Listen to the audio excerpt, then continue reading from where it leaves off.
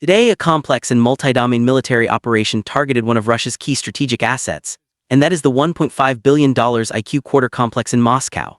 This engagement marked a significant tactical escalation, bringing the conflict directly to the core of the Russian Federation's command and control infrastructure. The operation began at 2:17 a.m. not with a Ukrainian attack, but with a preemptive Russian barrage from positions near the Moskva River. Russian forces launched a series of strikes using BM-21 Grad multiple launch rocket systems and Kh-31 anti-radiation missiles. Two Sukhoi Su-35's fighter jets provided air cover tasked with intercepting any inbound threats. The objective of this Russian action was to neutralize suspected Ukrainian intelligence and reconnaissance capabilities and disrupt the command structure of the anticipated assault. This preemptive measure, however, failed to halt the sophisticated operation already underway. Minutes later, at approximately 2:25 a.m., the initial wave of the Ukrainian assault commenced. Formations of three types of long-range attack drones identified as Bober, ERI, and UJ-22 models penetrated Moscow's airspace at an altitude of just under 300 ft to avoid primary radar. This was a multi-purpose drone force with specific units assigned to electronic warfare, mapping Russian defensive positions and relaying targeting data. Simultaneously, a ground infiltration began. Small, unmanned mine-clearing robots advanced through the district's subterranean infrastructure, deploying a network of sensors against the building's glass walls and support columns. This was designed to quietly generate a detailed structural map of the complex and identify the locations of Russian units on the lower levels. By 2:40 a.m., the electronic warfare aspect of the operation escalated. Russian forces activated a Crusa-4 mobile UAS system, flooding the radio spectrum with jamming signals to sever communication links with the Ukrainian drones. Ukrainian planning, however, had anticipated this. The suicide drones were pre-programmed with evasive waveforms, allowing them to autonomously switch frequencies and navigate through the interference. One drone, following a pre-planned route, maneuvered around the southern tower, breached a glass panel on the 15th floor and detonated. The explosion created a vertical breach inside the building's core, signaling the beginning of the kinetic assault and a deliberate effort to dismantle the Russian defense network from within. The detonation on the 15th floor initiated the next phase. At 2:48 a.m., Ukrainian MiG MiG-29 fighter jets entered the engagement zone from the southeast, flying at an altitude of around 30,000 ft. The jets deployed radar decoy pods, creating false electronic returns to confuse Russian air defense targeting systems. Emerging from this electronic cover, the fighters released a volley of Scalp AG cruise missiles. These munitions descended to a low-level flight path, skimming under 200 ft to minimize their radar signature. Their targets were high-value communication nodes on adjacent rooftops, including satellite uplinks and encrypted antenna clusters that controlled the inner-city defense grid. A series of explosions followed, neutralizing these critical Russian communication assets.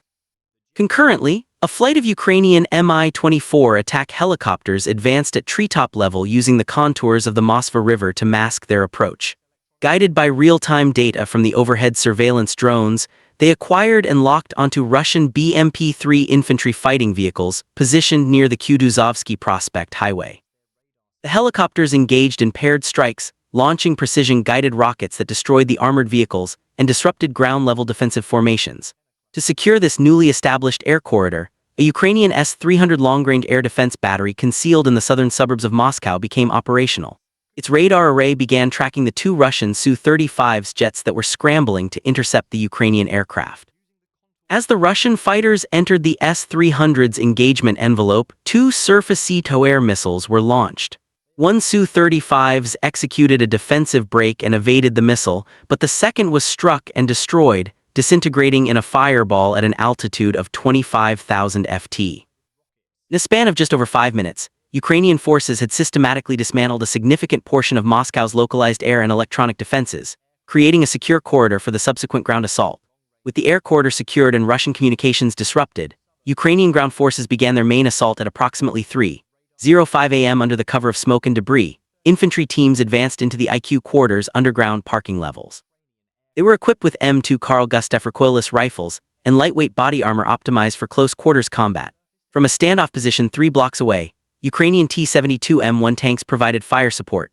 Using thermal sights and drone-supplied coordinates, the tanks neutralized Russian heavy machine gun nests, clearing the way for the infantry. However, Ukrainian forces leveraged a significant tactical advantage through the use of small man-portable reconnaissance drones. These shoebox-sized quadcopters were deployed ahead of each assault team, flying through doorways and into rooms to scan for thermal signatures and enemy positions.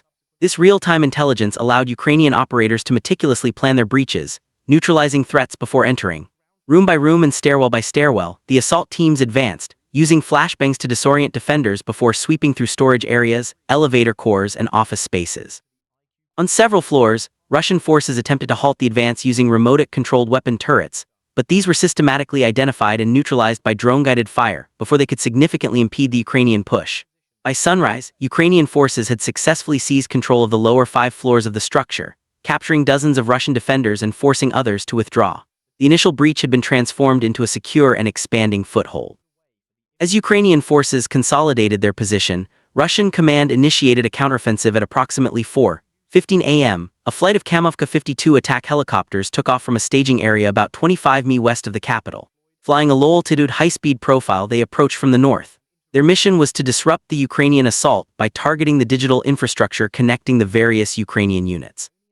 The helicopters crossed the Moscow River below 150 ft using the urban environment to mask their approach and launched S-8 unguided rockets and Vickar-1 laser guided missiles at suspected drone control hubs and relay antennas. However, Ukrainian forces had deployed a sophisticated electronic deception strategy. Instead of centralized command nodes, they used a distributed network of mobile relay pods, many of which were dummy emitters broadcasting deceptive signals. The Russian Kar-52 pilots engaged these false targets, expending their ordnance on empty rooftops and non-critical structures. Ukrainian electronic warfare teams monitored the engagement, feeding data to the S-300 battery. During an attack run, one Kar-52 briefly rose to an altitude just above 300 ft. Its radar signature was immediately tagged and a surface-to-air missile was launched, destroying the helicopter. The remaining K-52s aborted their mission and retreated. With the air threat neutralized, the operation entered its final phase. By 5:30 a.m., Ukrainian ground teams now controlling the building's lower structure deployed compact combat robots into ventilation ducts and service corridors. These units moved undetected, using signal jammers and electromagnetic pulse charges to disable the last of the building's internal security systems. The final point of resistance was a special forces unit on the rooftop using remote weapon stations. Instead of a direct assault, Ukrainian forces deployed 2 semi-autonomous wall-crawling robots. These units scaled the building's exterior undetected and upon a signal from a circling drone, triggered shaped charges that collapsed the rooftop's eastern perimeter and disabled the weapon stations. The final action occurred in the maintenance tunnels connecting the IQ quarter to an adjacent tower. Russian units attempting to retreat were ambushed by pre-positioned FPV drones. Immediately after, at approximately 6:00 a.m., loudspeakers attached to quadcopters began broadcasting surrender instructions in Russian. The battle for the IQ quarter was over. In less than 10 hours, Ukraine had executed a multi-domain operation, seizing control of a critical Russian command and financial hub. The assault paralyzed communications and defense systems within the capital, demonstrating a new model of urban warfare, where synchronization and deception can overcome fortified defenses. The capture of the $1.5 billion IQ quarter raises a critical question for Russia's military leadership. Is any command post truly safe in an era where front lines are defined not by geography, but by digital access? As dawn broke, a Ukrainian flag was raised over the tower, symbolizing a new and unpredictable phase of the conflict. The war's dynamic continues to shift, defined by these moments of unprecedented tactical innovation and strategic risk. If you want to keep tracking the evolution of this conflict, understanding the implications of these multi-domain operations, and receiving the most detailed analysis of the front line's changing face, then you need to subscribe now. Don't miss the next critical chapter in this unfolding military and geopolitical drama.